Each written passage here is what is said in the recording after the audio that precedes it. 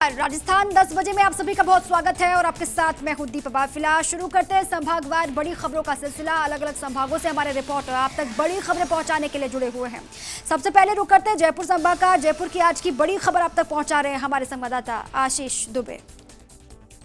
सियासत में कई मर्तबा मैसेज देना बहुत जरूरी होता है। कुछ ऐसा ही देखने को मिला बीजेपी के प्रदेश मुख्यालय में आज, जहां पर मौका था पूर्व सीएम वसुंधरा राजे के पहुंचने का। इस दौरान पार्टी के सह संगठन मंत्री वी सतीश, प्रदेश अध्यक्ष सतीश पुनिया, चंद्रशेखर मौजूद रहे। इस दौरान सभी नेताओं के बीच एक मंत्रणा भी हुई, लेकिन इस मीटिंग के बहाने कहीं न कहीं सियासी गलियारों में ये मैसेज देने की कोशिश की गई कि पार्टी में सब एकजुट हैं और कोई गुटबाजी नहीं है। लेकिन दूसरी तरफ राजनीतिक गलियारों में चर्चा इस बात को लेकर भी है कि इस बैठक में इस बार के विधानसभा सत्र में बीजेपी की भूमिका, 4 विधायकों की नदारद होने का मामला, जिसमें कि मामले को आगामी दिनों में अनुशासन समिति को दिए जाने जैसी बात के साथ ही आगामी कार्यक्रम को लेकर भी सामान्य चर्चा हुई है। साथ ही राज्य सरकार को विभिन्न मुद्दों पर घेरने की रणनीति और प्लान पर भी चर्चा हुई।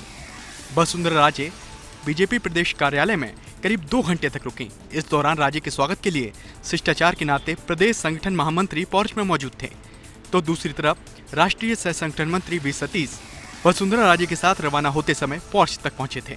वहीं दूसरी ओर सियासी गलियारों में इस बात की भी चर्चा है कि वरिष्ठ नेता घनश्याम तिवारी जल्द ही बीजेपी ज्वाइन कर सकते हैं, जिसको सीधे तौर पर सतीश पुनिया ने नकार दिया और उन्होंने इसको एक अफवाह करार दिया। जयपुर के बाद चलिए आगे बढ़ते हैं। आपको ले चलते कोटा संभाग की आज की बड़ी खबर से आपको रूबरू करवा रहे हैं हमारे संवाददाता भंवर एस चारण। एसीबी ट्रैप में फंसने के बाद विरोधी दल को गच्चा देकर के कल फरार हुए बिजली विभाग के सहायक अभियंता को आज दूसरे दिन दबोच लिया गया। कोटा के केथुन में एसीबी ने कल ये ट्रैप किया था, जहां रिश्वतखोर सहायक अभियंता दिनेश खोलिया एक किसान से खेत में लगे ट्रांसफार्मर को बदलने की एवज में 3000 रुपए की रिश्वत ले रहा था। रिश्वतखोरी के बाद उसने चकमा देने का प्लान बनाया और एसीबी दल से सीने में दर्द की शिकायत की और जैसे ही एसीबी दल रिलैक्स मोड में आया वो वहां से भाग छूटा। केथुन से भाग करके खोलिया कोटा आ गया था, लेकिन आज दूसरे दिन ही कोटा में चमल गार्डन के सामने एक फ्लैट से उसे पकड़ लिया गया। इस पूरे मामले में एसीबी को 4 लोगों की संदिग्ध भूमिका भी मिली है, जिनमें से 2 बिजली विभाग के कार्मिक बताए जा रहे हैं। इनमें से 2 को हिरासत में लेकर भी पूछताछ की जा रही है। इस बीच एसीबी दल गिरफ्तार किए गए यन दिनेश खोलिया को कल कोर्ट में पेश करने वाली है। चलिए आगे बढ़ते हैं, रुक करते हैं बीकानेर संभाग का। बीकानेर की आज की बड़ी खबर आप तक पहुंचा रहे हैं हमारे संवाददाता लक्ष्मण राघव। बीकानेर में बेखौफ दिखे बदमाश, दिन दहाड़े हुई फायरिंग। नया शहर थाना इलाके के जस्सूसर गेट इलाके में आज बाइक पर सवार होकर आए 2 युवकों ने फायरिंग कर डाली। दरअसल उनका टारगेट तो पुखराज नाम का एक शख्स था, लेकिन बीच में एक किशोर आ गया जिसको गोली लग गई। उसे गंभीर हालत में अस्पताल में भर्ती करवाया गया। एडिशनल एसपी पवन मीना ने जानकारी देते हुए बताया कि मामला कोई प्रेम प्रसंग से जुड़ा हुआ है। अब नामजद एफआईआर दी गई है, जिसमें बाला भट्ट नाम के शख्स पर आरोप लगाया गया है कि उसने फायरिंग की। लेकिन पूरी घटना को लेकर एक बार भी इलाके में भी एक तरह से सनसनी फैल गई। दरअसल दिन दहाड़े बीकानेर जैसे शांत इलाके में इस तरह की फायरिंग की घटनाएं बहुत कम होती है। ऐसे में पुलिस भी हरकत में आई है। कुछ सीसीटीवी फुटेज के जरिए मामला खंगाला जा रहा है। कहा तो ये जा रहा है कि बहुत जल्द राउंड अप भी कर लिया जाएगा, लेकिन इस घटना के बाद से ही कहीं ना कहीं इस बात को लेकर भी सवाल उठ रहे हैं कि आखिर जो फायरिंग हुई उसके लिए हथियार कहां से आए। कहा जा रहा है 32 बोर का जो है पिस्टल थी, लेकिन अभी पूरी पड़ताल पुलिस कर नहीं पाई है कहीं ना कहीं, क्योंकि ये माना जा रहा है कि जब गिरफ्तारी होगी उसके बाद सब चीजें साफ हो पाएंगी। घायल 14 वर्षीय किशोर की हालत भी नाजुक बताई जा रही है। तो वहीं इस घटना के आक्रोश में आज लोगों ने विरोध भी जताया। टायर फूंक कर विरोध जताया गया, तो रास्ता भी जाम किया गया। हालांकि बाद में समझाइश के बाद लोग मान भी गए। आगे बढ़ते हैं, रुक करते हैं जोधपुर का। जोधपुर संभाग की आज की बड़ी खबर आपको बता रहे हैं हमारे संवाददाता लूणाराम दर्जी। जालोर के आहोर में एसीबी टीम ने की बड़ी कार्रवाई। 5000 की रिश्वत देते महिला पटवारी अनीता जाट को किया गिरफ्तार। कल घूसखोर पटवारी को न्यायालय में एसीबी करेगी पेश। म्यूटेशन भरने की एवज में महिला पटवारी ने ली रिश्वत। जालोर के आहोर में महिला पटवारी अनीता जाट द्वारा 8500 की रिश्वत मांगने की शिकायत एसीबी को मिली, जिस पर एसीबी ने सत्यापन कराया। सत्यापन से पहले ही 3500 की रिश्वत महिला पटवारी ले चुकी थी और सत्यापन के दौरान 5000 की रिश्वत मांगी, जिस दौरान 5000 की रिश्वत लेते रंगे हाथों एसीबी ने जाल बिछाकर महिला पटवारी अनीता जाट को गिरफ्तार कर लिया। गिरफ्तार के बाद और पुलिस थाने लेकर गई, जहां पर पूछताछ के बाद कल घूसखोर महिला पटवारी अनीता जाट को एसीबी टीम न्यायालय में पेश करेगी। म्यूटेशन भरने की एवज में महिला पटवारी अनीता जाट ने 8,500 की पूरी रकम है वो रिश्वत मांगी थी। इस दौरान एसीबी ने पूरे मामले के सत्यापन के बाद मामले में बड़ी कार्रवाई को अंजाम दिया। अब चलिए आगे बढ़ते हैं, आपको ले चलते हैं अजमेर संभाग। अजमेर संभाग की आज की बड़ी खबर से आपको रूबरू करवा रहे हैं हमारे संवाददाता कौशल जैन।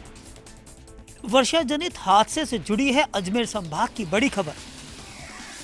खेत की सिंचाई के लिए बने हौद में डूबने से 2 मासूम की हुई मौत। दोनों सगे भाई खेलते खेलते डूबे पानी के हौद में। अजमेर में पुष्कर के समीप ग्राम भगवानपुरा में उस वक्त हृदय विदारक घटना पेश आई जब अपने ही खेत में बने पानी के हौद ने परिवार के 2 कुलदीपकों को हमेशा के लिए बुझाकर मौत की नींद सुला दिया। खेत की सिंचाई के लिए बनाए गए इस हौद में 2 सगे भाइयों की डूबने से मौत का समाचार सुनते ही भगवानपुरा के कुमावत परिवार में कोहराम मच गया। मामले की इतला मिलते ही मौके पर पहुंची पुलिस ने दोनों मासूम के शवों को बाहर निकलवाया। पुलिस मित्र और ग्रामीणों की मदद से निकाले गए दोनों भाइयों को अस्पताल पहुंचाया गया, जहां चिकित्सकों ने मृत घोषित कर दिया। आस पड़ोस के लोगों ने फर्म पॉन्ड के बाहर चप्पलों को देखकर अनुमान लगाया। हौद में डूबे दोनों बच्चों को तुरंत बाहर निकालकर अस्पताल भिजवाया, लेकिन तब तक दोनों के प्राण पखेरु उड़ चुके थे।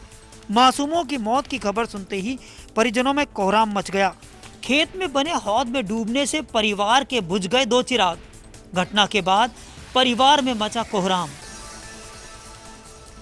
चलिए रुक करते हैं उदयपुर संभाग का। उदयपुर संभाग की आज की बड़ी खबर आप तक पहुंचा रहे हैं हमारे संवाददाता रवि शर्मा। उदयपुर में रोड किनारे आज एक विशाल पेड़ फिर बना आफत। चालान काट रहे एक सब इंस्पेक्टर और पुलिस कर्मियों पर एकदम से गिरा ये विशाल पेड़। सब इंस्पेक्टर को आई हल्की चोटें। पुलिस के वाहन सहित 3 अन्य वाहन भी हुए बुरी तरह क्षतिग्रस्त। उदयपुर के चेटक सर्कल के समीप वाहन चालकों के चालान बना रहे पुलिस दल पर आज एक विशाल पेड़ आ गिरा। गनीमत ये रही कि इस पूरी दुर्घटना में कोई बड़ी जनहानि नहीं हुई। पेड़ गिरने से मौके पर चालान काट रहे पुलिस के एक सब इंस्पेक्टर को चोटें आईं। वहीं पुलिस के एक वाहन सहित कुल 3 वाहन पेड़ के नीचे दबकर बुरी तरह क्षतिग्रस्त हो गए। हालांकि मौके पर मौजूद लोगों ने पेड़ के नीचे दबे कुछ अन्य वाहन चालकों को बाहर निकाल दिया। दरअसल स्थानीय लोगों का कहना है कि नगर निगम ने समय रहते सड़कों के आसपास झूल रहे पेड़ों को ठीक ढंग से नहीं काटा है, जिसके चलते आए दिन ऐसी दुर्घटनाएं हो रही हैं। उदयपुर शहर में ये पहला मौका नहीं है जब सड़क किनारे कोई बड़ा पेड़ किसी की जान का दुश्मन बना हो। हालांकि आज गनीमत ये रही कि कोई जनहानि नहीं हुई, लेकिन पिछले दिनों शहर के भूपालपुरा थाना इलाके में एक विशाल पेड़ के गिरने से स्कूटी चालक की दर्दनाक मौत हो गई थी। और ऐसे में अब स्थानीय लोगों की मांग है कि नगर निगम ऐसे पेड़ों को चिन्हित करे और उनकी समय रहती छंगाई करे, ताकि कोई और दूसरी बड़ी दुर्घटना न हो। आगे बढ़ते हैं, आपको लिए चलते हैं भरतपुर संभाग की आज की बड़ी खबर आप तक पहुंचा रहे हैं हमारे संवाददाता विनोद तिवारी। जिला पुलिस अधीक्षक केसर सिंह शेखावत के निर्देशन में अवैध शराब के परिवहन के खिलाफ बड़ी कार्रवाई। अवैध शराब से भरी पिकअप को जब्त कर 190 देसी शराब की पेटियां की बरामद, तो वहीं एस्कॉर्ट कर रही एक क्रेटा गाड़ी को भी किया जब्त। मामले की जानकारी देते हुए कोतवाली थाना प्रभारी चंद्रभान चौधरी ने बताया कि जरिए मुखबिर से सूचना मिली थी कि पड़ोसी जिले करौली से एक पिकअप में अवैध शराब भरकर धौलपुर लाई जा रही है। मुखबिर की सूचना पर कोतवाली पुलिस ने पिकअप की तलाश शुरू कर दी। तभी 100 फुटा रोड पर मुखबिर द्वारा बताई गई गाड़ी दिखी, जिसका पीछा कर पुलिस ने गाड़ी को रुकवाया और तलाशी ली तो उसमें 190 अवैध देसी शराब की पेटियां रखी मिली। वहीं पुलिस ने अवैध शराब से भरी पिकअप गाड़ी का एस्कॉर्ट कर रही एक क्रेटा गाड़ी को भी जब्त किया है। दोनों ही वाहनों को पुलिस कोतवाली थाने ले आई। साथ ही पुलिस ने दोनों वाहनों को जब्त कर आरोपी चालकों को भी हिरासत में ले लिया है।